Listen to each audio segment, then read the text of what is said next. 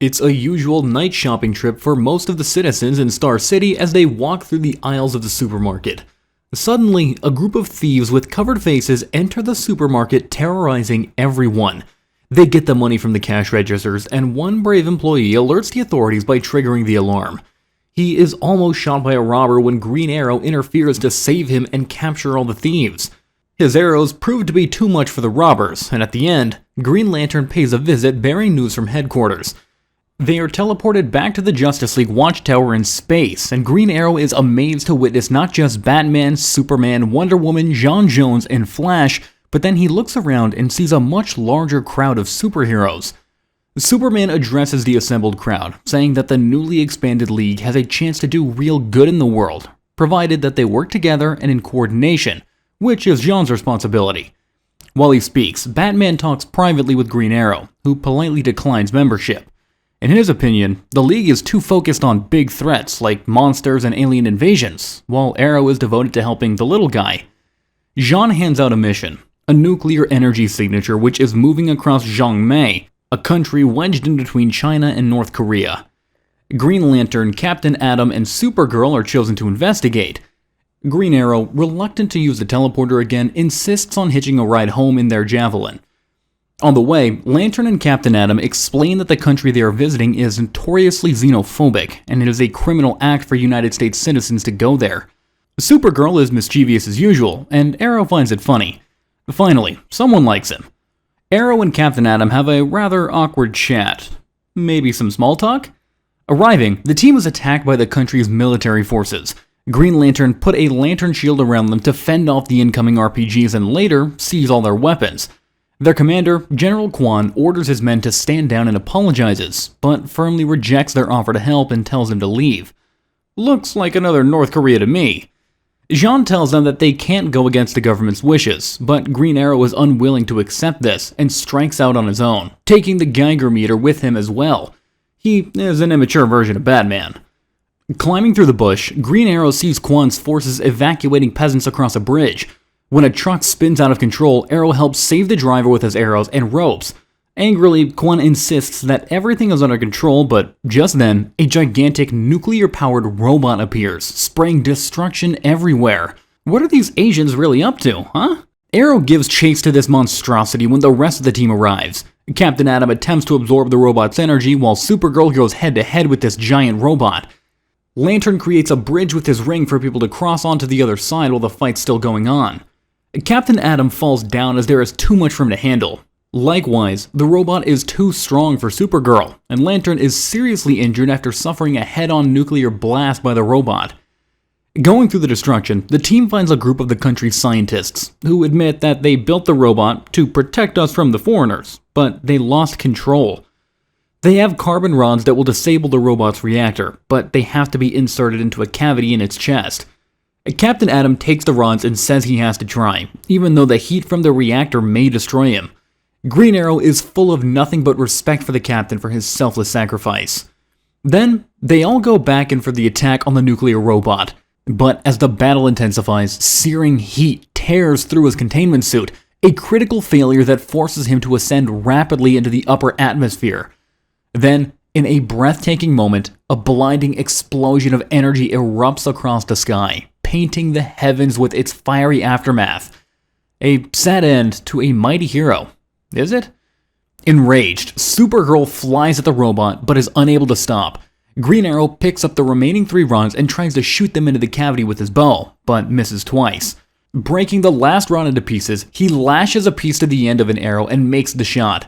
Fortunately, it hits the target and the robot shuts down. Supergirl goes all guns blazing at the falling giant and demolishes it with her immense strength and rage. At the watchtower, League scientists manage to recapture most of Captain Atom in space and are in the process of replacing him in a new suit.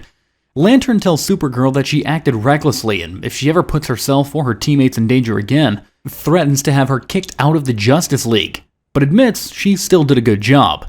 Later, Batman congratulates Green Arrow for defeating the monster and asks how he feels now about joining the League. Arrow is still hesitant, but changes his mind when he catches sight of Black Canary suiting up in the locker room. Everyone has their weaknesses, right? It's another dark night in the city of Gotham, and of course, it's another break-in. But this time, it's the Green Arrow who is secretly breaking into the Wayne Industries and accidentally triggers an alarm. Surprisingly, he is attacked from behind by another group of thugs who have entered the building as well. Green Arrow is fast with his moves as he shoots blasting arrows at them, but the fight gets physical at the end. Meanwhile, Bruce Wayne is going to a party with his girlfriend when the police cars ride past them, and within seconds, Alfred gives chase to the police patrol on Bruce's command. His date is very much annoyed, but all she can do is sit tight in the car while Bruce finishes his business. When the police arrive, Green Arrow shoots gas arrows to block their sight and escape after threatening Bruce Wayne, who arrives just in time. You're making kids sick, Wayne. The following day, Bruce goes to Gotham Hospital with Dick to meet the doctors and discuss a mysterious sickness which has been putting many little kids to bed. They identify the case as spreading around the Wayne labs, and on the way back, they see Oliver Queen helping out a poor mother with hospital bills for her sick child.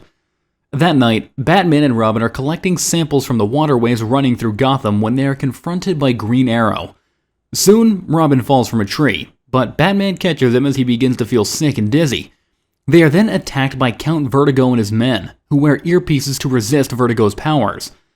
A fierce battle ensues, but with great difficulty. Unfortunately, Robin is kicked into the water canal, which is rushing toward a steep waterfall lined with sharp rocks. As Batman and Green Arrow attempt to save him, they too are knocked into the fast-flowing canal waters. Desperately, Batman tries to hold on using a rope attached to a batarang, but Vertigo's men cut it off, sending him adrift. However, Green Arrow manages to fire an arrow with a net onto the canal wall, allowing him to reach safety. Back in the Batcave, Batman treats Robin with warm blankets and Alfred brings out the medicine. Only then Green Arrow is able to recognize who Batman really is, as the Dark Knight is the true billionaire playboy Bruce Wayne. Batman returns the favor by exposing Green Arrow as Oliver Queen, which is a shock to Green Arrow as well. Ollie. Hey, how'd you know? He is the true dark detective at the end of the day. So, here comes the story of the Green Arrow. Long ago, Oliver Queen was a spoiled rich kid, just like most of the rich young guns out there. One day, while sailing in the ocean, he encountered a dense mist blanketing the sea. Through the thick fog, he saw an incoming ship which was headed by a scientist who used to work for him but got fired because of malpractice. Vertigo crashes into the boat and Oliver falls into the sea. When he tried getting on it again, Vertigo made sure Oliver stays out in the seas until he drowns. Fortunately, Oliver was washed ashore on an island, and he learned how to survive on his own in the island with no human contact whatsoever. It was here he taught himself the art of archery, and the Green Arrow was born. He was simply the real Tarzan of the jungle.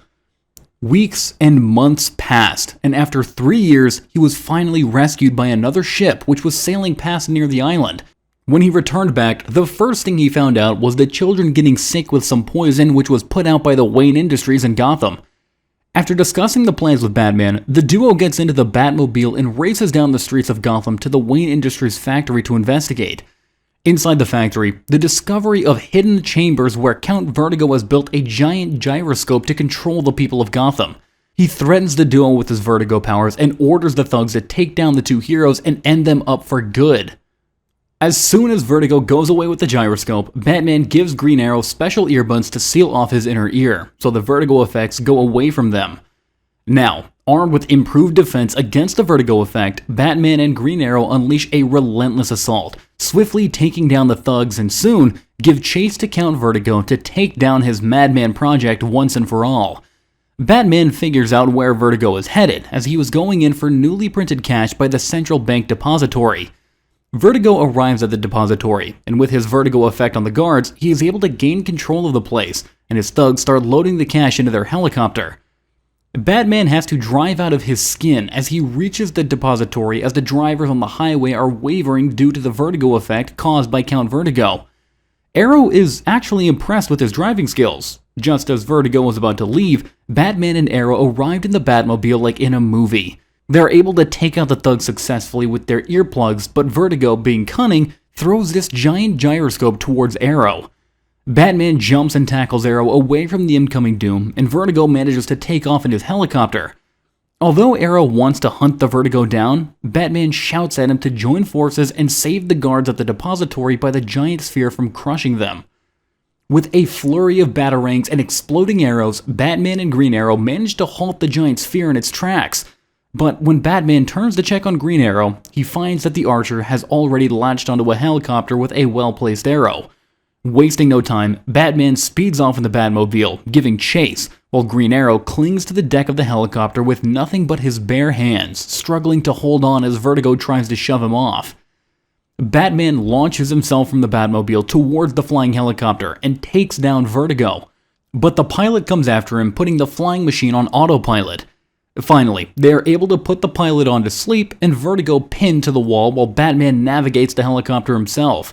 When Green Arrow was about to shoot Vertigo, Batman panics, thinking he might kill him. But Arrow just subdues him for the time being.